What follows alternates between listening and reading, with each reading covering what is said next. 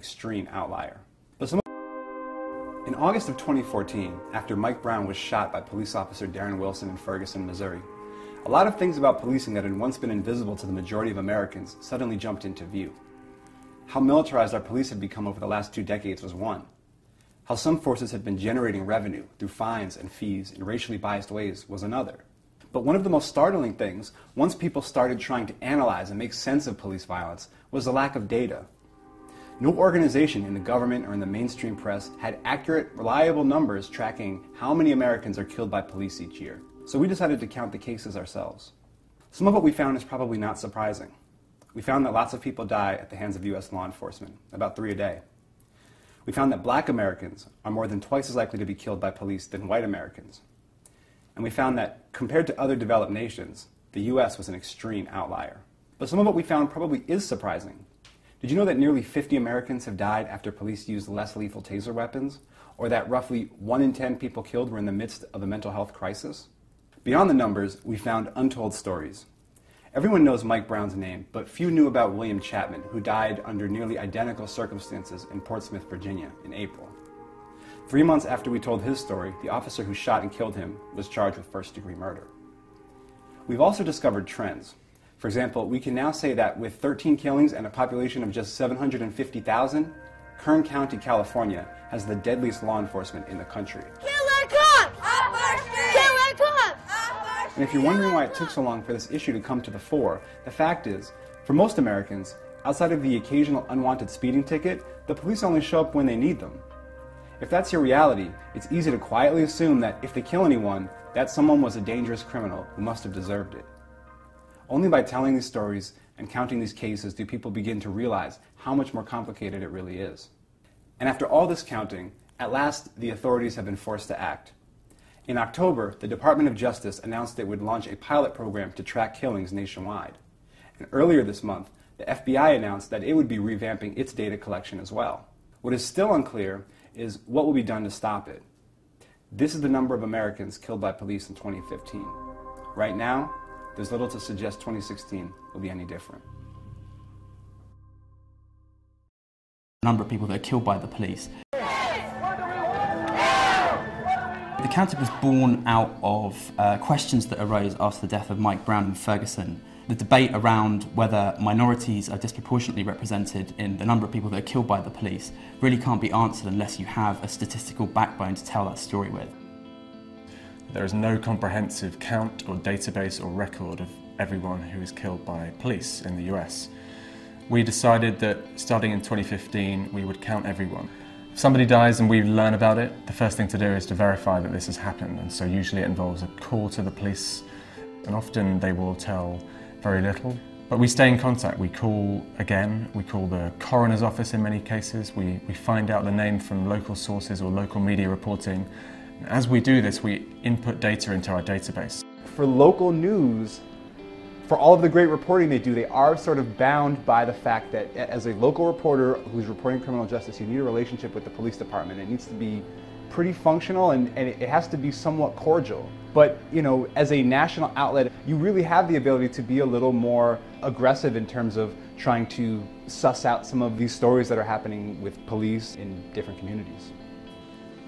I think there was a big challenge in getting the right tone for this piece, and I think the team really put their heads together strongly to think about that design element and make it kind of respectful and somber enough, yet something people actually want to explore and go into and learn more about. When we first launched The Counted, June last year, within a month of launching that interactive, we had a community of 30,000 people built up.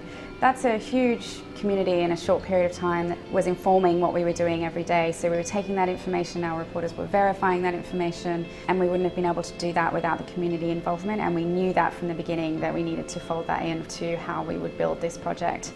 People on Facebook, on Twitter, and using our website submit tips to us and try to help us get more accurate data, more accurate counting and reporting on these people. My son was killed in Portsmouth, Virginia at a Walmart store. Bad officer who didn't question him or get in contact with his mother. Very soon after we began the investigation, we came across a case of a man named William Chapman. He had been killed by police in strikingly similar circumstances to Michael Brown, who is a household name after what happened in Ferguson. We shed some national media attention on it, and then later in the year, the officer involved was actually charged with murder.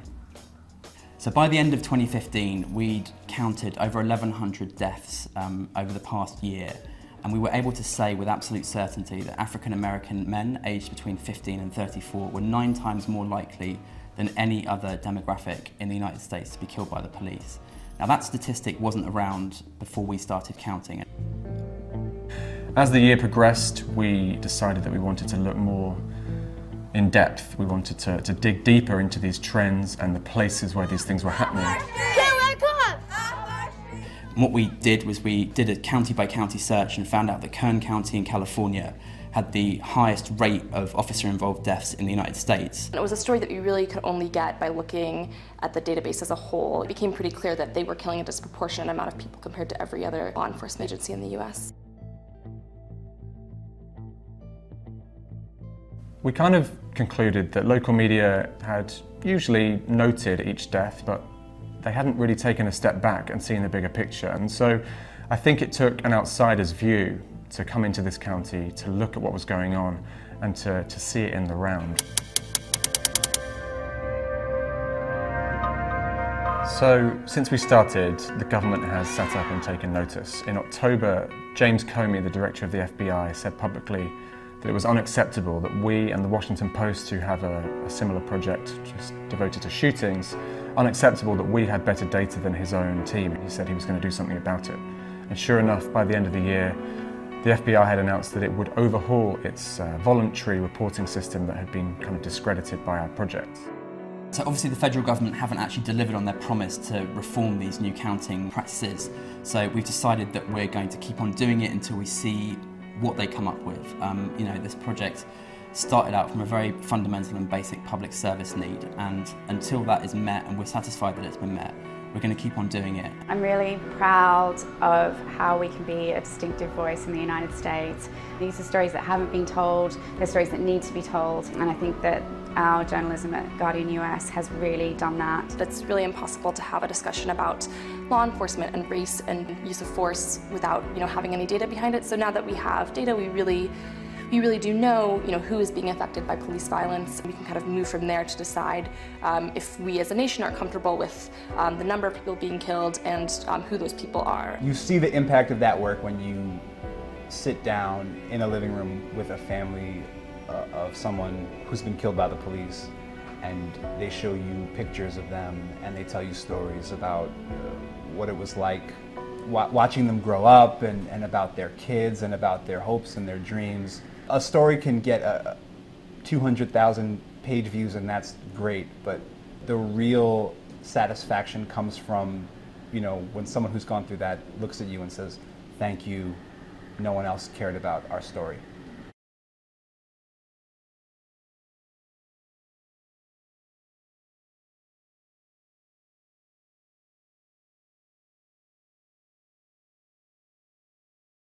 You are 47 times more likely to be killed by a cop than by an Islamic terrorist. By the Free Thought Project, June 18, 2017.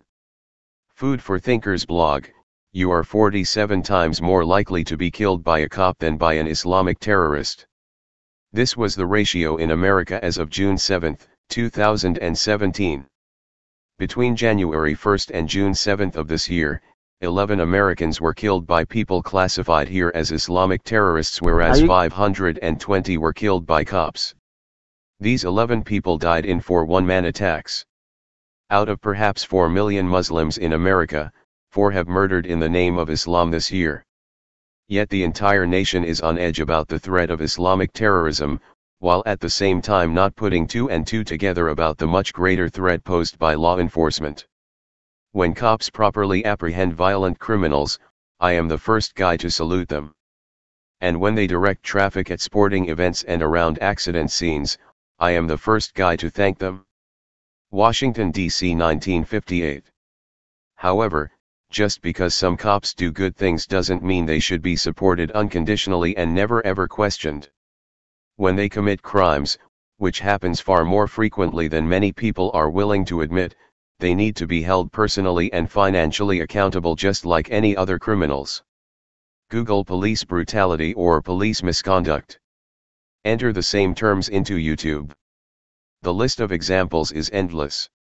And to dismiss the sources as left-wing totally evades the point. The true paradigm in politics is not left-right, liberal-conservative, Democrat-Republican, Hillary-Trump, etc. Rather, it is the state versus the individual. William Norman Grigg, who left this earth way too soon, was the premier chronicler of police abuse in America. You can read his blog here. In 2009, Grigg formulated something called the Tom Joad test to determine one's true political worldview. Tom Joad is the character from John Steinbeck's novel The Grapes of Wrath who stated, "Wherever there's a cop beating up a guy, I'll be there." Read more. Killer cop Manuel Ramos has a new job, Pony League baseball coach. Grigg spells out the Tom Joad test as follows. When you see a cop or, more likely, several of them beating up on a prone individual, do you instinctively sympathize with the assailant, or the victim?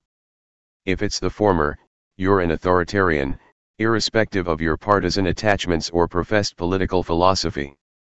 If it's the latter, you're an instinctive libertarian, whether or not you are consistently guided by that impulse in your political decisions.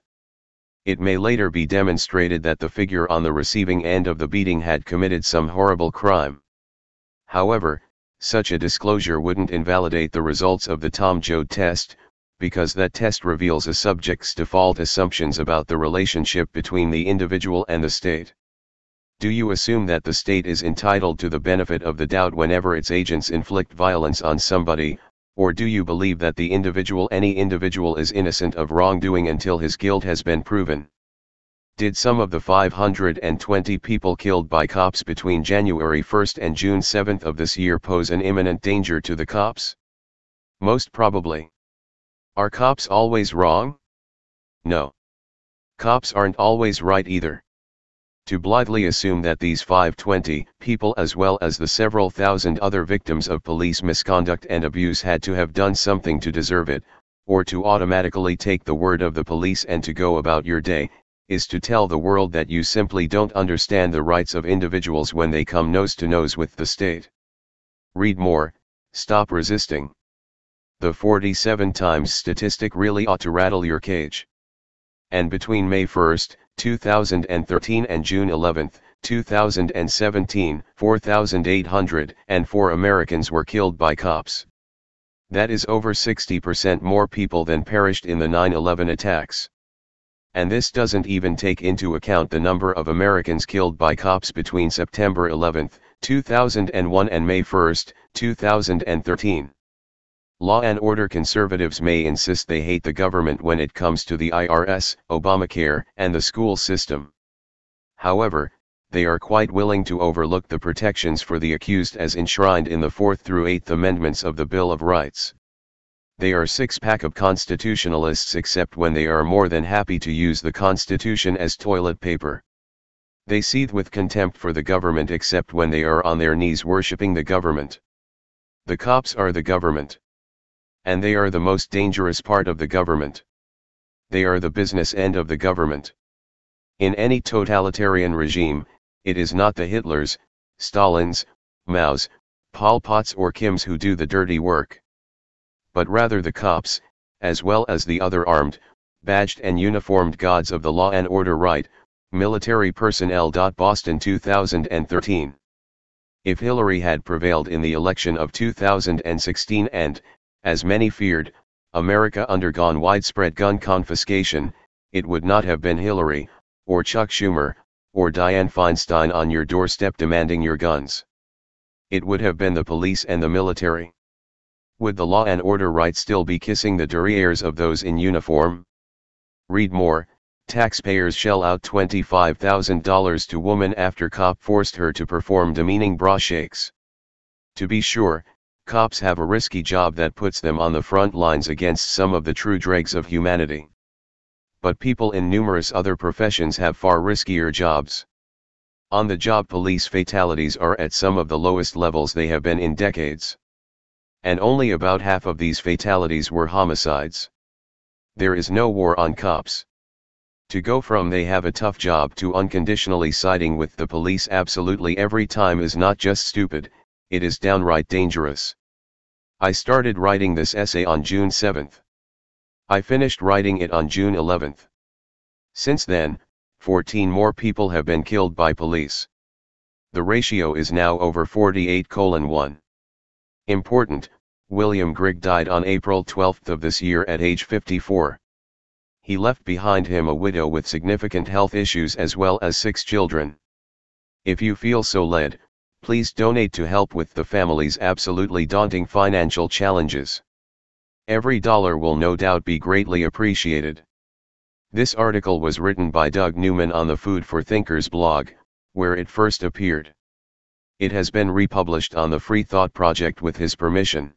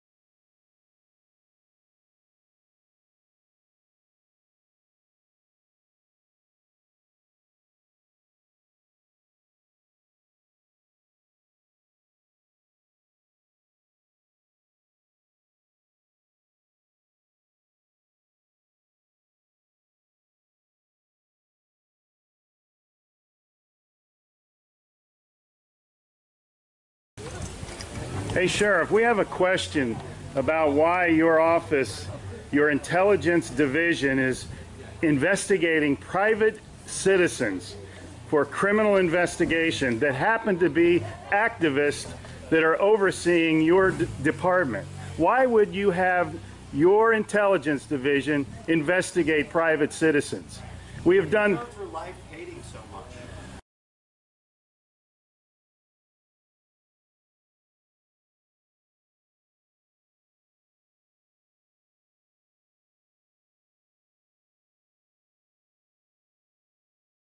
Sir, we don't hate anyone. We love freedom and we love American people. And government is out of control. That's why you're seeing such a revolt nationwide. Why can't you just answer, why is Susan Edwards, your intelligence division, investigating private citizens? This should not happen. Are you here to apply for a job?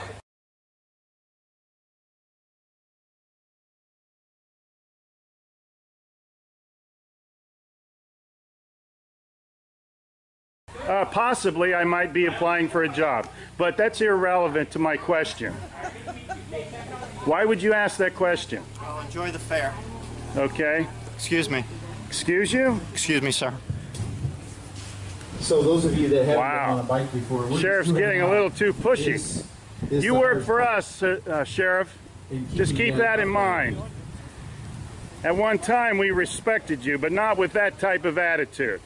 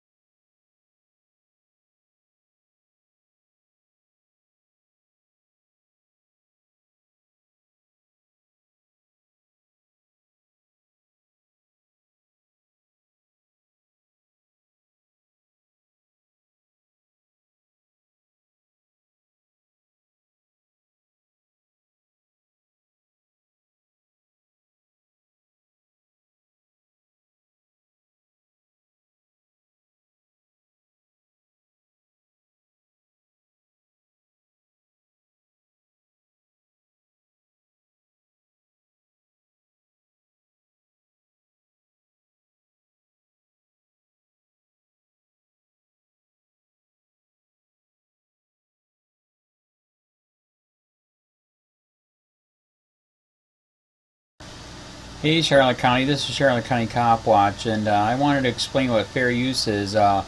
You can use pieces of news articles if you're doing it for news reporting, you have commentary, and you're doing it for education purposes. So that's what fair use is, as you can see right here. Another reason why I wanted to make this video is to let you know I have just joined with Patreon. A nice thing with Patreon, I make no money on YouTube. They took the money away years ago, and so this is another way to give, and it's a nice thing too because you can give monthly. You can give $1, $5, $10, whatever. I do 4 to 5 hours a day on trying to wake the sheep up on how corrupt it is and different ways that you can fight the corruption. So Patreon is a way that you can do it, and then of course the old way is still there. Donate to Charlotte County Cop Watch with PayPal or credit card. So keep that in mind. 4 to 5 hours a day. I make no money, but the corruption happened to me and I'm sick of it, so I'm trying to wake people up. But my wife would love it if if we could get some help out there. There's 47,000 subscribers. Just think if each one of you subscribers just gave let's say